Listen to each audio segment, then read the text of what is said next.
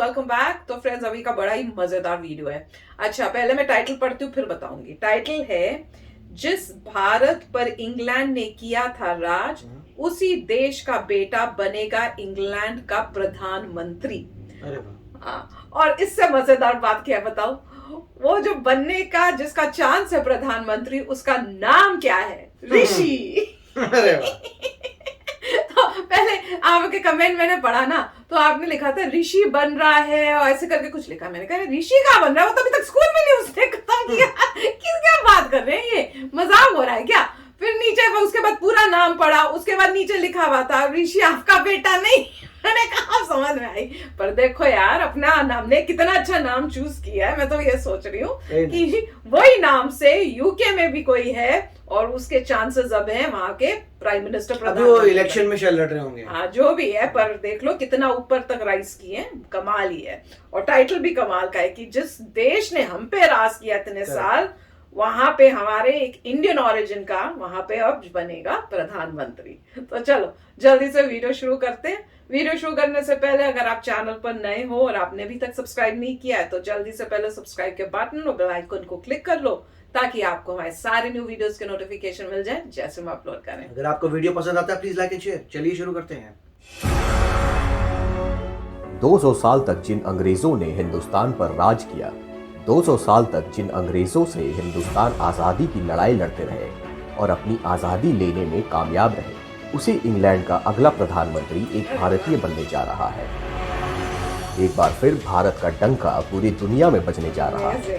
भारतीय मूल की कमला हैरिस के अमेरिका की उपराष्ट्रपति बनने के बाद अब इंग्लैंड की बागडोर भारतीय मूल की ऋषि सुनक को मिलने जा रही है। दरअसल ऋषि का रिश्ता इंग्लैंड की कंजर्वेटिव पार्टी से है।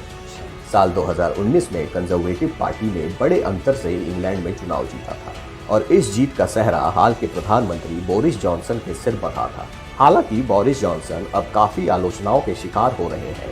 इसकी वजह कोविड महामारी को ठीक तरह से ना संभालने, अफगानिस्तान से जल्दबाजी में सेना को निकालने और निजी तौर पर उन पर लगे भ्रष्टाचार के मामले प्रमुख हैं। कंजर्वेटिव पार्टी के सदस्यों को लगता है कि बोरिस जॉनसन की अगुवाई में वो अगला चुनाव नहीं जीत पाएंगे, लिहाजा वो प्रधानमंत्री का चेहरा बदलना चाहते हैं और 2014 से कंजर्वेटिव पार्टी के सांसद रहे ऋषि सुनक इस रेस में सबसे आगे हैं। हाल में ही इंग्लैंड में कंजर्वेटिव पार्टी के सदस्यों के बीच हुए एक पोल में 46% सदस्यों ने माना है कि अगर ऋषि बोरिस जॉनसन की जगह प्रधानमंत्री बनते हैं तो कंजर्वेटिव पार्टी की जीत की संभावनाएं दोगुनी हो जाएंगी। ऋषि कंजर्वेटिव पार्टी की अलग अलग सरकारों में ऊंचे ओहदों पर रहे हैं। फिलहाल में वो ब्रिटेन के वित्त मंत्री हैं। ऋषि सुनक के पिता 60 के दशक में पूर्वी अफ्रीका से इंग्लैंड पहुंचे थे। ऋषि का जन्म भी ब्रिटेन में हुआ और उनकी पढ़ाई लिखाई भी यहीं पर हुई। ऋषि का भारत से एक खास नाता है। ऋषि सुनक की पत्नी अक्षता मूर्ति इंफोसिस के संस्थापक नारायण मूर्ति की बेटी है। ऋषि का ब्रिटेन का प्रधानमंत्री बनना तय इस वजह से माना जा रहा है क्योंकि कंजर्वेटिव पार्टी के ज्यादातर सदस्य चाहते हैं कि अगले चुनाव में पार्टी की जीत के लिए ऋषि को प्रधानमंत्री बना दिया जाए।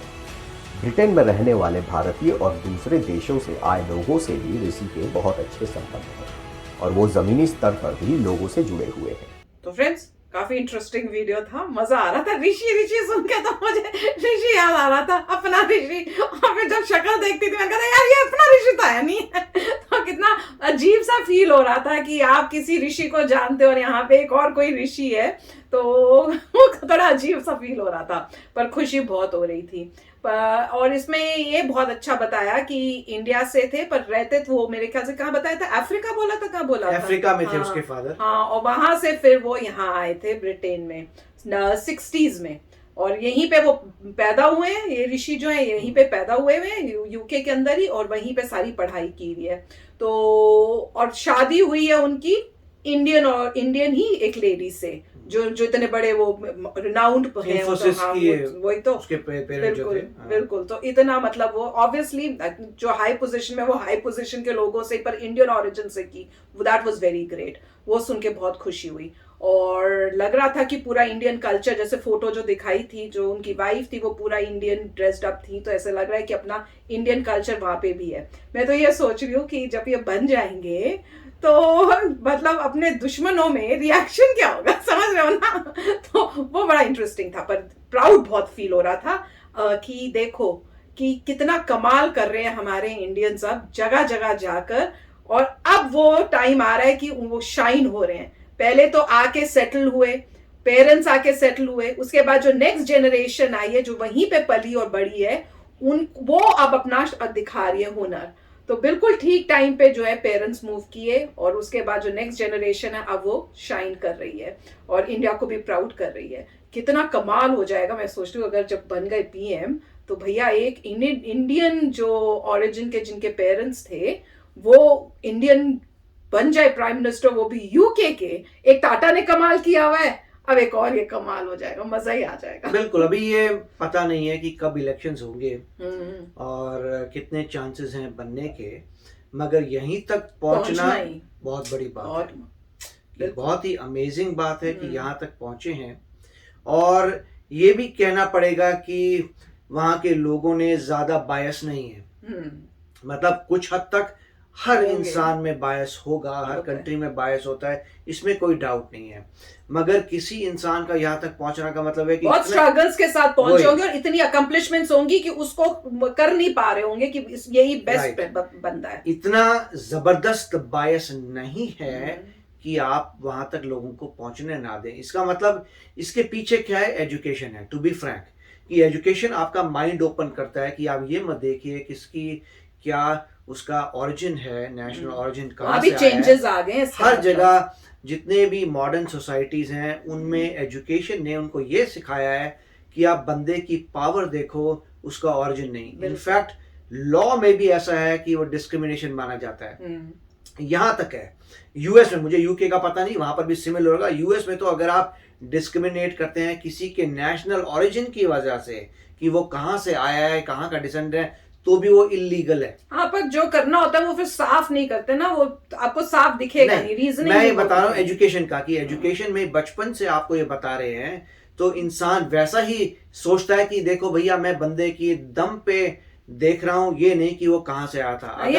अगर उस बंदे में दम है और वो अपनी कंट्री के लिए पेट्रियोटिक है, मतलब वो सारे कार्य करेगा अपनी कंट्री के बेनिफिट के लिए ही, तो हम बनाएंगे। वेरी नाइस टू सी कि यहाँ अब ये है, वेट यही है कि कब ये होता है और कब इलेक्शंस होंगे और कितने मार्जिन से ये सब होगा वो देखेंगे। But it is very nice to hear कि ये सब हुआ है। और चांसेस जिस तरह से न्यूज आ रही है, लग रहा है कि चांसेस हैं बहुत हाई कि वो बन जाएंगे, और बन गए तो कमाल हो जाएगा। मैं तो काफी अच्छी बात है और काफी खुशी हो रही है। मगर ये देखिए कि जैसा हमें फील हो रहा है कि एक इंडियन वहां पे जाएगा, वैसा यूके वालों को फील नहीं हो रहा।